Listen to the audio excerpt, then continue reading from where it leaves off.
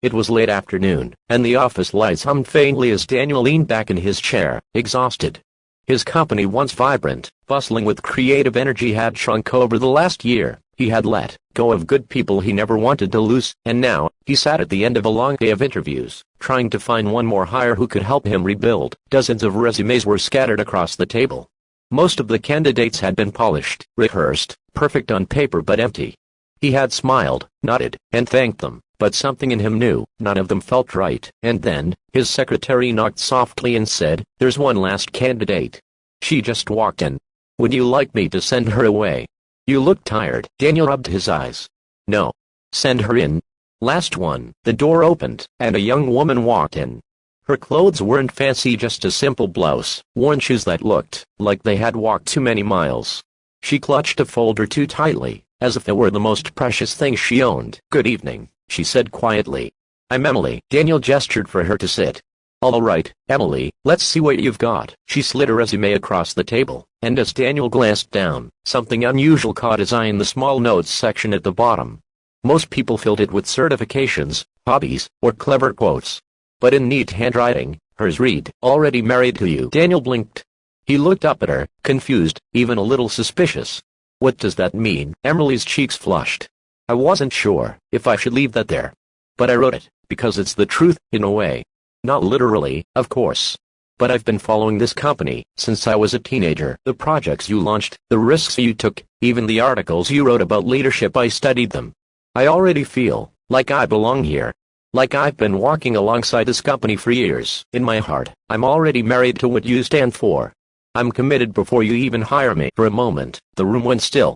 Daniel felt something stir deep in his chest. He tried to mask it with a professional nod, but her words sank in like rain on dry earth. He began asking her the usual questions. Education? None beyond high school. Experience? Only part-time jobs, often cleaning offices at night. Skills? She hesitated, then admitted, "I don't have a lot of titles or certificates. But I can learn. I stay until things are done. I don't quit just because something is hard. I guess my skill is staying when others leave." Her honesty was disarming. She didn't try to impress him with buzzwords. She didn't pretend to be someone she wasn't. She just sat there, with quiet conviction, and Daniel, who had spent years drowning in fake smiles and shallow promises, felt something he hadn't in a long time: trust. Still, logic nagged at him. She wasn't qualified. He had other resumes with degrees, accolades, and long lists of skills. Why even consider her? But as Emily left the office that night, Daniel found himself staring at her resume again. That line. "Already married to you." It was strange, almost silly. And yet it was the first thing all day that had felt alive. A week later, the decision deadline came. His board was pressing him for results. He picked up the stack of resumes, flipping through them, searching for the spark he couldn't name. Then, almost against reason, he chose Emily. When she received the call, she cried.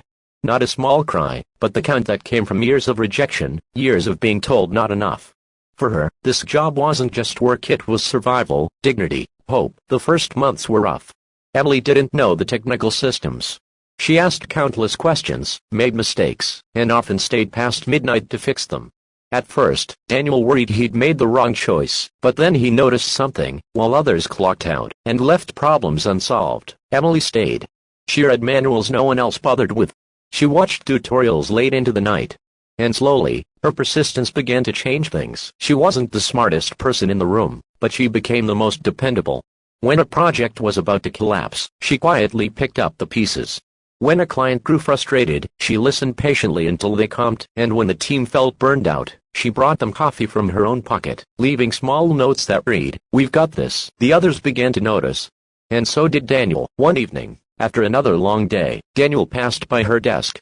She was the only one still there, typing with tired eyes but determined focus. He asked, "Why do you work this hard? No one's watching. You could go home." Emily looked up, and gave a small smile. "Because when I wrote that note back, quote, 'Already married to you,' I meant it. I don't just work for a paycheck. I work because this place, it saved me. And I won't leave something I love just because it's hard." Daniel's throat tightened. In those words, he heard an echo of himself back when he first started the company, before the money, before the losses, before exhaustion had dulled his fire. She was reminding him of his own beginning. Months turned into a year. Emily rose from an assistant no one believed into the heartbeat of the office. She became the one who held the team together, not with brilliance, but with loyalty. And one day, during a company crisis, when a major client threatened to leave, it was Emily who stood up. She wasn't supposed to be in the meeting, but she spoke anyway. Calmly, passionately, she told the client why she believed in the company, why she stayed, and why their partnership mattered. The room fell silent. The client, stunned by her raw sincerity, agreed to stay. That moment saved the company. Afterward, Daniel found her in the break room, holding back tears of relief. He placed a hand on her shoulder and said softly, "Emily, today, you weren't just the right hire. You were the reason we are still standing. I thought I saved you with this job. But really, you saved us." She wiped her eyes and whispered, "We saved each other." And in that quiet truth, Daniel realized something. Sometimes, the best candidate isn't the one with the perfect resume, but the one who comes with the perfect strength and a heart that refuses to give up. So if you ever feel overlooked, underqualified, or like the last candidate in line, remember Emily's story.